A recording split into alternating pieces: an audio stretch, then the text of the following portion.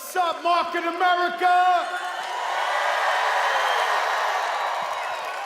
If you don't know me yet, you're gonna get to know me. I believe that. I believe that. There will be a Team Fat Joe in Taiwan. There will be a Team Fat Joe in the UK.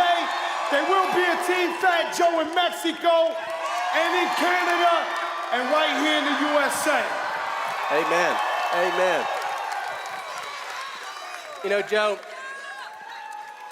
first of all, welcome to our team, man. Welcome to the team. Wow.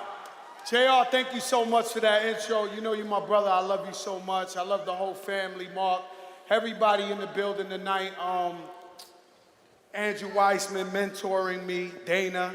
You know, tell you a little story about where I come from. I come from the Bronx, New York.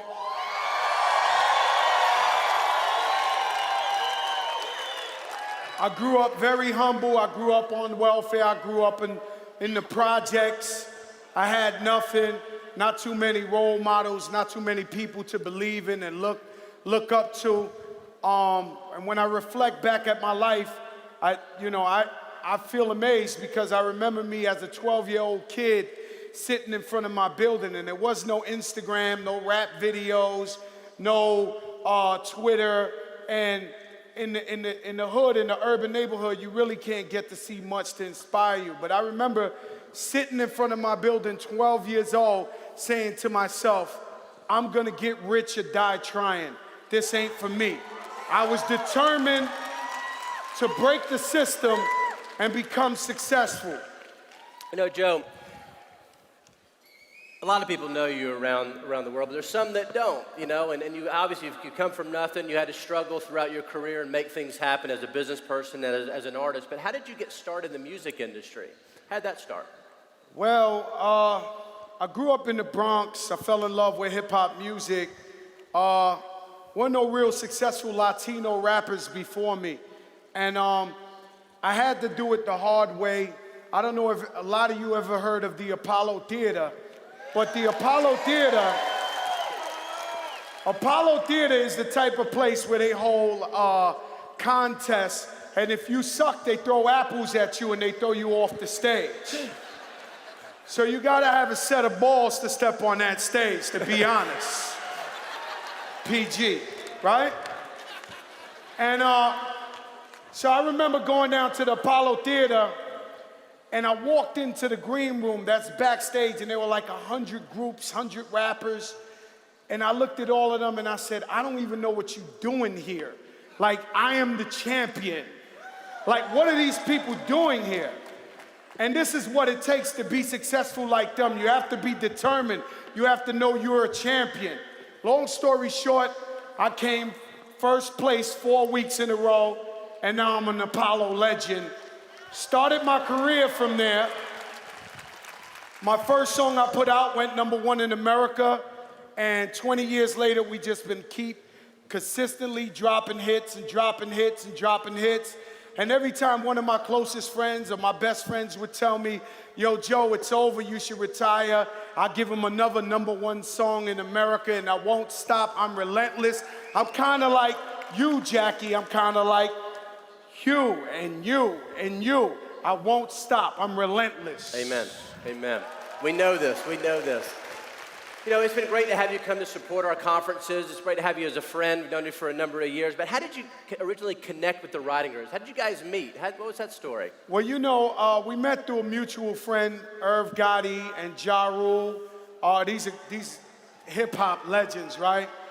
And I met the Riding Girls, and I just was like, I was so overwhelmed because although they're wealthy and they're successful, they were so humble and so down to earth, where I've been invited to hang out with wealthy people all my life, but when you get around them, it feels fake. It doesn't feel authentic. So I felt the passion and the love. I immediately fell in love with them, and 13 years later, you know, I remember coming to the events and just being one of the celebrity friends supporting, and I would be like, damn, this is big. They're like motivational or something, but I always wanted to truly learn the business, but was scared to approach JR and really ask him out of pride, right? But here we are. I remember, can I say a small story? You can, sure. I watched Amber grow up. I'm like her uncle, right? And you, like as I told you, I come from the Bronx for nothing. One of my major accomplishments was in life, I got my first Rolls Royce Phantom. This was like, oh wow, I have arrived. So I had it custom made, sky blue, white leather interior, mink rugs. So this was for sure one of a kind. One day I'm down the block in Miami and I'm waiting at the red light, and out of nowhere comes up a sky blue Rolls Royce Phantom, look identical to mine. The window came down and there was an 8-year-old girl. And she says, "What's up, Fat Joe? It's me, Amber.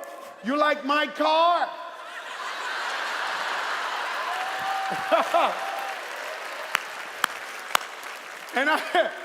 And I said, "Man, I gotta stay grinding. I gotta get some money and step my game up."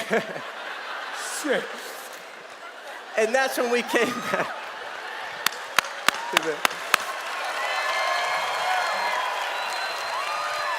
So it was about that time, you know, when JR and I came back from London, you know, and we sat down, we really went through the business plan, showed you how an individual is compensated, showed you how the unfranchised business works. What did you feel after you kind of learned or saw that presentation?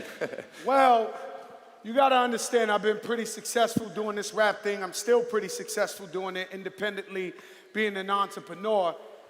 But like he said, I studied and I kept watching the tapes. I kept going to events. I wouldn't even mind my business. While I was away in the university, I would always hear about this guy named Carlos Marrero.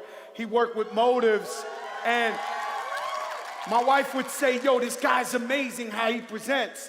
So one day I heard he had an event in his house, and I come in the back, and it's like 30 women, and it's just Fat Joe. I'm sitting in the back, and he's like, "Yo, what is Fat Joe doing in my house?" And I said, "I heard you're one of the best. I want to learn from you." Right? So that's what this business is all about. Duplicating, learning the business, pushing it forward. You know, Joe, Also, I learned from you. So your kids might say, "Yo, Fat Joe's a big time rapper."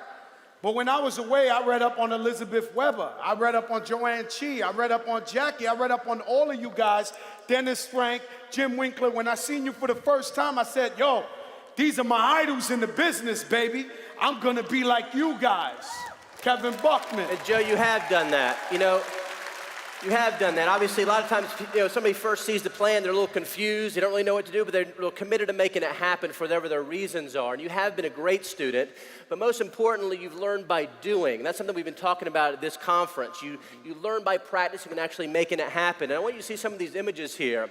You know, Fat Joe is relentless in making it happen and getting into the homes like JR has taught. Person to person, showing the plant. You can see him. We do a lot of 2-on-1 meetings, little small group presentations. You know, one thing that we really did was get into the homes and work the commentator routine. You know, so you'd see the plan several times, but all of a sudden he started to pop up and started to present certain parts of the plan. You know, there he is holding an ice coring with his team down here in South Florida. Went back up to New York, you know, just after the convention, or after Christmas actually, showing the plan. This is a real estate office here in Miami. Here we are in Pembroke Pines showing the plan again. The commentator routine. Like I said, Taiwan, get ready for me. Mexico, get ready. You know, every couple of years, let me say something I've been thinking about here. Every couple of years, I've been in the rap game for 20 years. My track record, my catalog is impeccable, but every couple of years comes a new rapper on the scene that makes new music and makes hit records, and it motivates me to get back in there to make hit records. So I studied all you millionaire guys, and I hope I'm gonna bring you to fire, and I'll come hang out with you in Toledo, Ohio, but we're gonna take this Market America thing to the top. You see what I'm saying? I'm gonna be the firecracker, JR. JR says all the time something that really bothers me. He says, "You know, Market America is the best kept secret. No longer will it be the best kept secret. They will know Market America like they know Coca-Cola and Pepsi." Amen. I'm sure of it.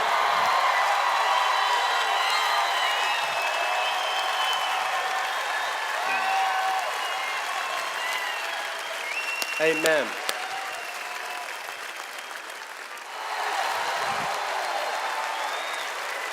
You know, something stuck with me that you said early on, after you saw the plan, we started doing some meetings together. You said you wanted to leave a legacy.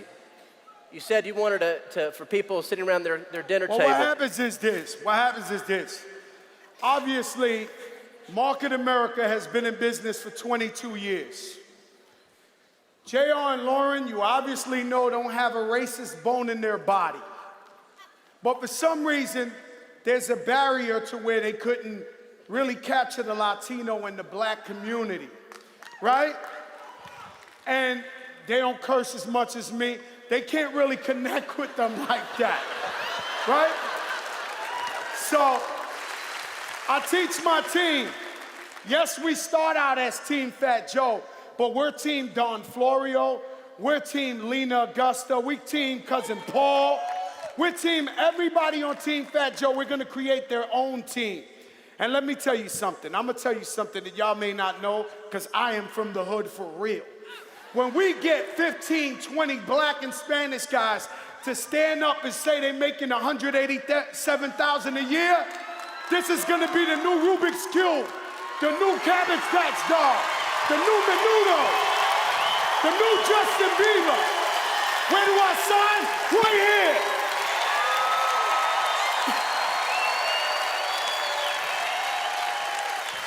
¡Viva México!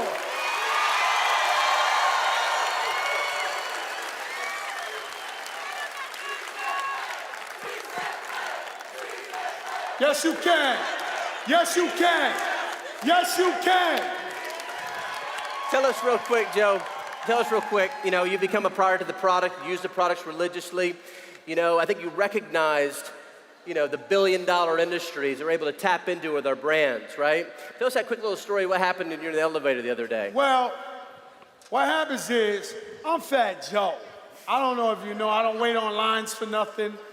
It's a crowded restaurant, I skip right through. The club pays me to go there, right? So I'm in the elevator over there, and there's this Indian lady, and she has a drink, she has a smoothie in her hand, and I'm in the elevator. And I say, oh my God, is that OPC? She says, I knew it was a smoothie anyway.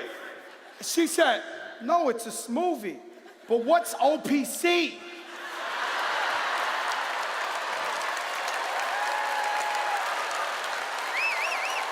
They not listening. They not listening. Oh my God, OPC is only the best vitamins in the planet Earth. I take it every day. I lost 200 pounds, I'm on OPC. Used to have a pain in my ass, don't have it anymore.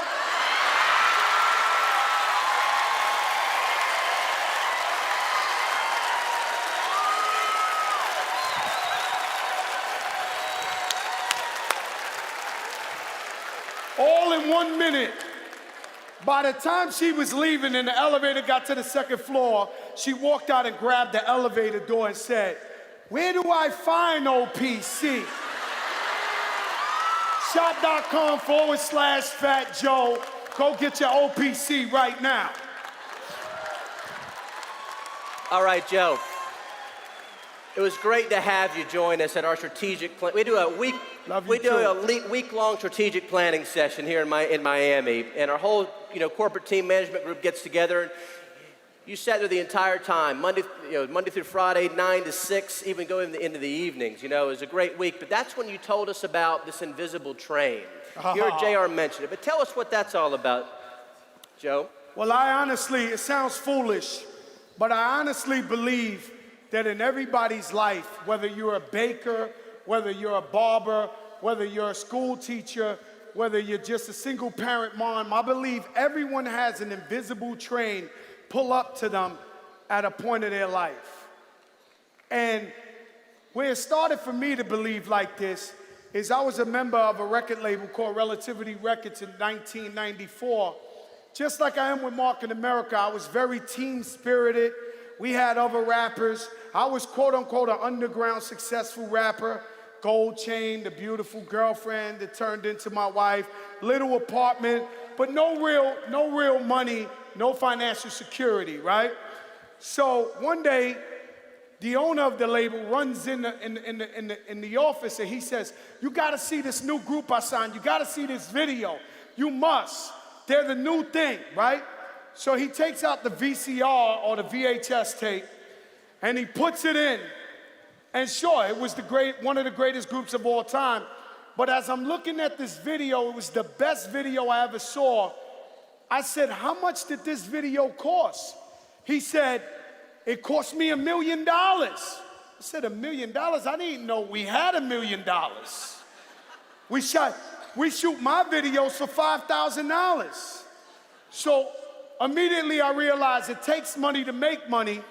If these guys ain't willing to invest in me, then I'm never gonna be a superstar. I'm never gonna be rich, right?